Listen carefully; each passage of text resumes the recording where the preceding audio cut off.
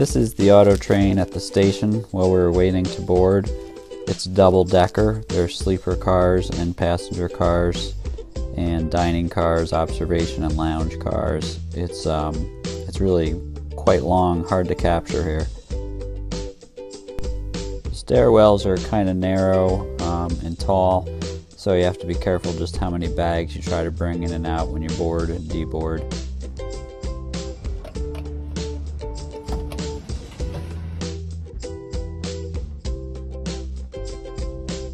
This is the club car early in the trip. There's not a lot of people here yet.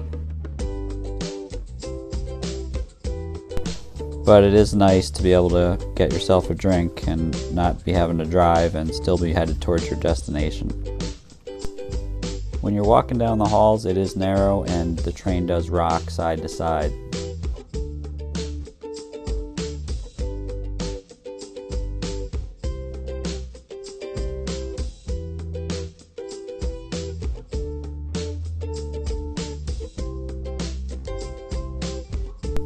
I thought the dinner was great. It's nice to be moving towards your destination and have somebody serve a meal of any kind. It's really nice.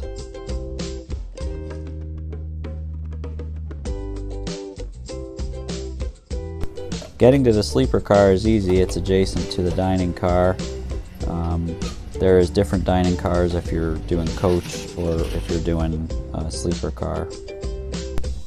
They had these nice 24-hour self-service areas set up as well. So you could basically get tea, hot water, chocolate, coffee, whatever you want, 24/7. And it was in each car. It wasn't like you had to cross cars to get one. Each car had a coffee station like that.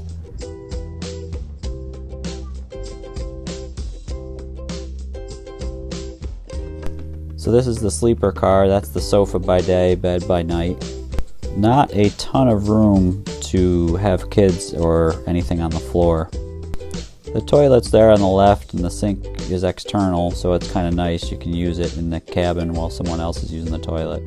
The toilet is a true water closet. You'll see in a second. It also doubles as the shower, which is interesting. If you've ever been in an RV, it's very similar to those kinds of setups. We had great control over the air for hot or cold, and it was fresh from the outside. There is a little closet to the side of the sofa bed. It's basically not very big, a couple thin coats maybe. The views were amazing. These aren't where roads go. The trains travel different routes, and so you see a lot of parts of America I've never seen before.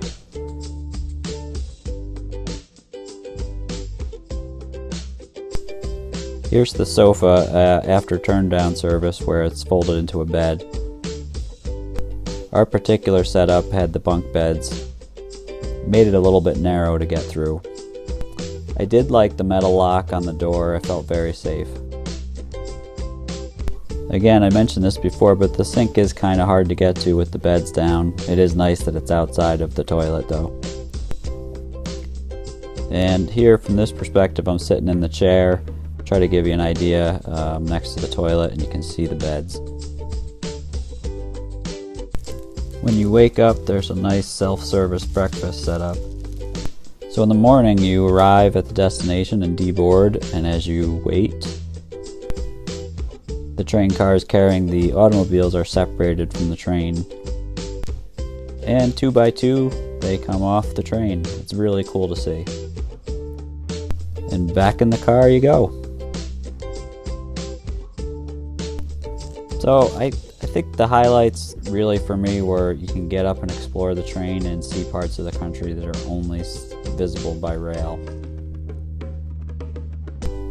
The only drawbacks really are there's a lot of noise and motion on the train, so you don't get really deep sleep, and that was probably the biggest one for me.